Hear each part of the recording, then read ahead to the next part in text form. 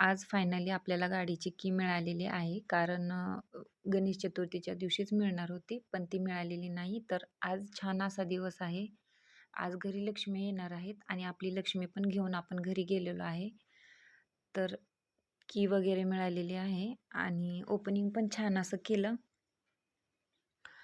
वागेश्वर मंदिरामध्ये गेलो. अगोदर तिथं पूजा केली आणि मग थेट असं घरी गेलो. कारण आज ज्येष्ठ गौरी आवाहन होतं. 5च्या अगोदर 5 वाजायच्या अगोदरच घरी आणायच्या होत्या लक्ष्म्या.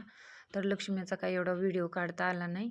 कारण खूपच घाई झाली. कारण घरी येऊन अगोदर गाडीला पण आपण पूजा केली गाडीची. नंतर गौरी आवाहन केलं, घरामध्ये आणल्या आणि रात्रीची खूप वेळ झाला. 11:30 वाजले. मग स्टार्ट केलं आहे.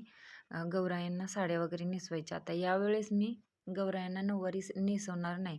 म्हणजे सहावारीचीच मी नऊवारी नेसवत होते.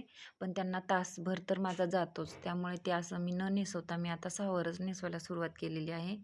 आणि ही बघा फायनली ही गौराई मला आवडली आणि खूप सुंदर लूक आलेला आहे हिचा.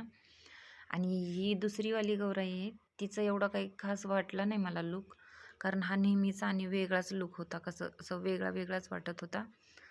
तर मी हा लूक निवडलेला आहे. आता दुसऱ्या गौराईला पण सेम लूक करते. आणि जागेवर फायनली विराजमान झालेल्या आहेत. गौराई बघू शकता आपण किती सुंदर वाटतायत. आणि ह्या पण गौराईला मी तो सेम लूक केलेला आहे. किती सुंदर वाटतात बघू शकता. आता भरपूर असा उशीर झाला.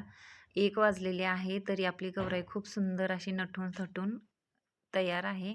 आता उद्या पुरणपोळीचा स्वयंपाक असणार आहे, त्यामुळे आजच तयार करून ठेवलेले आहेत.